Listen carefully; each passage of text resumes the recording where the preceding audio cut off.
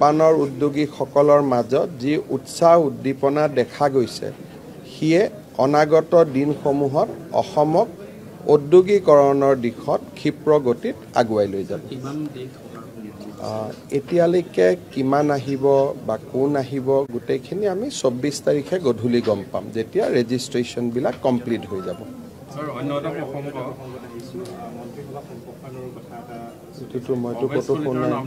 মইতো ক'তোৱে দূৰ দূৰলৈকে শুনা নাই।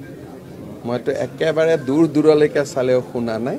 আমাৰ বিধানসভা নিৰ্বাচনৰ আগতে কোনো মন্ত্ৰীসভাৰ সম্প্ৰসাৰণ হোৱাৰ সম্ভাৱনা নাই। Today, under the initiative of ASEAN Confluence, a huge delegation of Japanese industrial houses as well as intellectuals has come down to Guwahati. During the morning, they have visited IIT Guwahati as well as Tata Semiconductor OSAT facility, and in evening, along with His Excellency Ambassador of Japan, we have addressed the delegation. These are all important occasions before the Advantage Assam 2.0 conclave, and we hope to build up on all these occasions so that Advantage Assam 2.0 summit can translate the vision of a new Assam.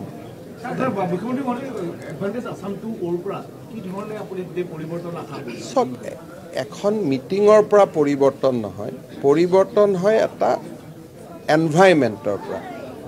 Advantage Assam 2.0ৰ জৰিয়তে আমি এখন শান্তিপ্ৰিয় আন্দোলন বিবৰ্জিত আৰু অসমক বিনিয়োগৰ বাবে উপযোগী প্ৰদেশ হিচাপে দেখুৱাব খুজিছোঁ। যেতিয়া মানুহে আহিব, মানুহে চাব, তেতিয়াই এটা পৰিৱেশ ৰচনা হ'ব। মিটিং এখনে বিনিয়োগ নানে, মিটিংখনে বিনিয়োগৰ বাট প্ৰশস্ত কৰে।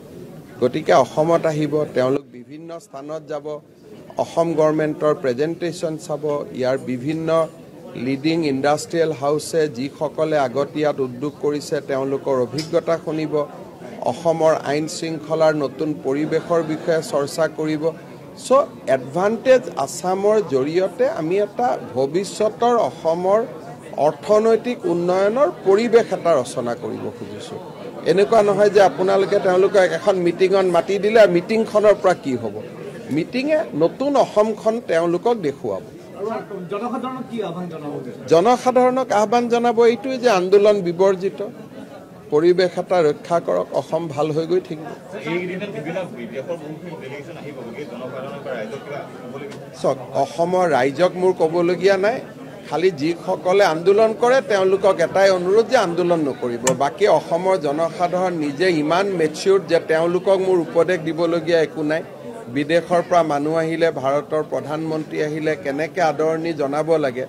অসম এখন অতিথিপৰায়ণ ষ্টেট, এইটো অসমৰ DNA-তে আছে। গতিকে অসমৰ ৰাইজক কিবা পৰামৰ্শ দিয়াৰ দুঃসাহস মই নকৰোঁ।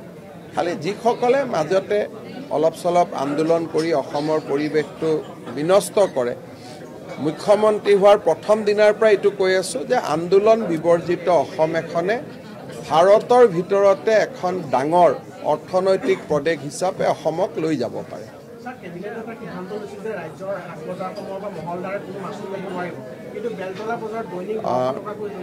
যিসকল খুচুৰা ব্যৱসায়ী, চব্জিৰ বেপাৰী, পাণ তামোলৰ বেপাৰী, তাৰ এখন লিষ্ট আছে। নটিফিকেশ্যনখন তেওঁলোকে উলিয়াব আৰু বন্ধ হৈ যাব কোনোবাই লৈছে যদি।